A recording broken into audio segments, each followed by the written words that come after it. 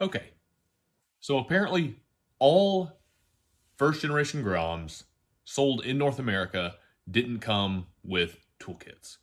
And for the majority of people, that's not an issue. I like to take my Grom off road in the woods, so I've put together what I think is a perfectly reasonable, small, lean, lightweight toolkit for these motorcycles. Let me show you. Okay, so this is where I keep all of my tools and all of the things that I take with me. I've got a few over here in between the frame rail or subframe rail and the bodywork. I've got a few where the toolkit would go if this was not a North American market Grom. And I've got a bike pump in between this side subframe rail and this part of the bodywork. Let me get these out and let me show you exactly what I have.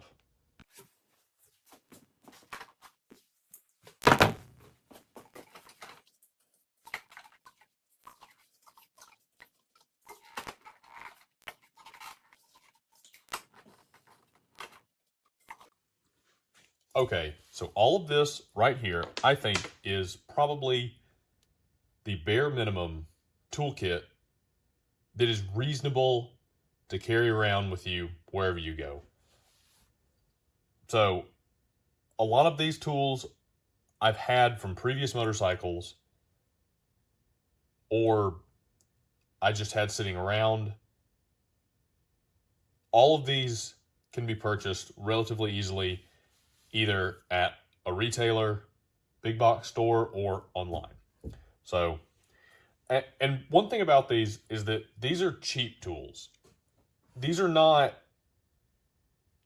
tools that if the bike got stolen or if it sits up under your seat for a year and they become rusty, that's not going to bother me.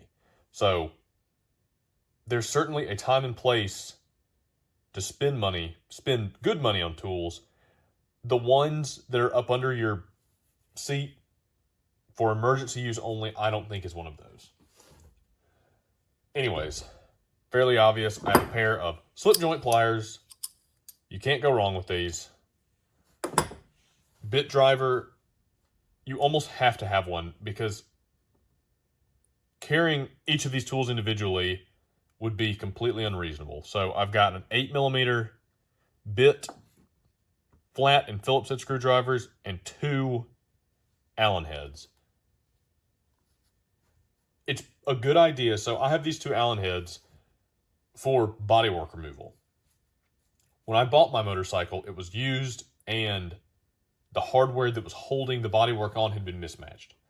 So those 2 are tailored more to my specific needs and may not work for everybody.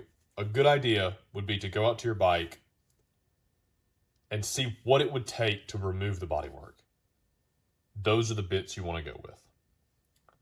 Now, all of these fit in the handle of this screwdriver. So they're not running around loose. They're not in a small baggie that is going to get torn or lost. This cap screws on the end and holds them all in securely.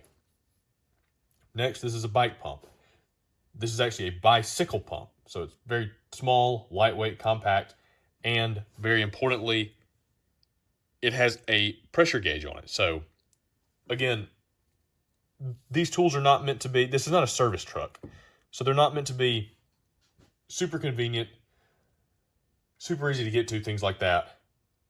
If you have to, you can not only inflate your tires with this, but also check the pressure on it. So if you suspect a tire's low, you can check it with that and confirm if that's actually the problem or not. Probably the most important tool, I think, to take with you when space is a factor is an adjustable wrench. This is a 6-inch adjustable wrench, and from what I found, this is about as small as you can go with the wrench actually still being good quality. You can find smaller ones, specifically on Amazon. If you read the reviews, it seems those are more novelty items. Something like a keychain. Something to put on a child's birthday cake. It's not for actually doing work. this is a genuinely good quality tool, even though it's small. When choosing an adjustable wrench, specifically for the Honda Grom, it's very important to make sure it goes up to 19 millimeters or 3/4 of an inch, because that is the size of the axle nut. And so if you ever have to remove your rear wheel or tension your chain, you're going to need either a 3/4 or a 19 millimeter. That will barely go up to that size. Going off of needing to remove your rear wheel for some reason, or just loosen your axle, 14 millimeter. This is a 14-17 wrench. And on both of these combination wrenches, the 10-12 and the 14-17, that seems to be the most common size. The most common combination of sizes, I should say. And so, luckily, those are the easiest to get and the most useful for this motorcycle. So 14 millimeter for holding the axle, 19 millimeter for spinning the axle nut, 17 millimeter is the size of the oil drain plug, which also the adjustable could do, 10 millimeter, 12 millimeter, again, for adjusting your chain. And between the 10, the 12, and the 8 millimeter that's on your bit driver, that takes care of, as far as I know, most of the normal socket head cap screws that are on this motorcycle. Now this tool I custom made, but it's not difficult. Anybody can make this. This is for removing the spark plug on this motorcycle. That is a 5/8 or a 16 millimeter hex. And when I purchased this, it was about twice the length, and it came with a rod that would either go through this hole or, again, the hole that was over here. On the other side was an 18 millimeter. To my knowledge, there's not an 18 millimeter fastener on the Grom. So there was no reason for me to sacrifice the space to have that, to be able to turn an 18 millimeter fastener. So I cut it off and pounded this flat. And now if I ever needed to remove my spark plug, and I would like to point out that I cut it long enough to where there is still plenty of room for like the ceramic part of the spark plug to protrude up into this area while still being able to turn the hex. What you would do is you would put that on the spark plug and then grip it with this. And then that's how you would wrench the spark plug out. You know, if it falls over in a mud puddle and you need to clear a hydrolocked engine, that's what you do that for. And finally, I think if you are going to be doing any kind of off-roading, and really just in general, I think carrying a Leatherman is a fantastic idea. For example, I was out riding last weekend, and I ran over where I assumed somebody had lit a tire on fire, and while the rubber burned away, the steel belts remained. And I got basically metal wire caught up around my rear axle. And I was able to use the cutters on this to cut the wire away, and 5 minutes, I was ready to go down the road. Now, this also does have a flat and a Phillips head, but they're very...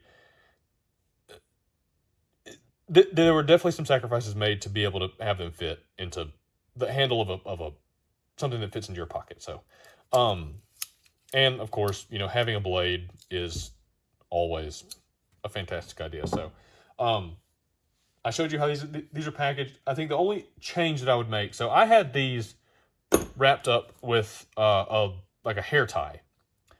Probably what would be a better idea is to wrap this in some kind of strong like paracord, because, you know, again, this toolkit is not meant to be, it's not a service truck. This is not meant to be easily accessed.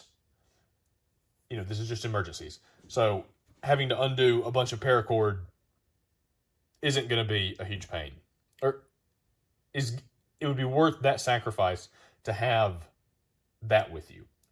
I think the only thing that I would like to add on top of this is, I would say a few dozen, maybe not a few dozen, but a handful of zip ties and maybe some duct tape. I think, those can be incorporated into very, very small areas, and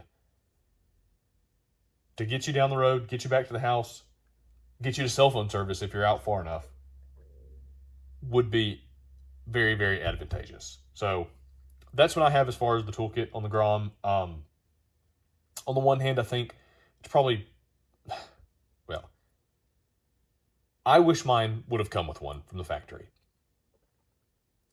but I understand why they didn't. And with it not coming from the factory like that, it allows me to put together what I really do think is a superior toolkit to the one that would have come. So that's it. Any other ideas as far as small things to... Oh, I don't have one now.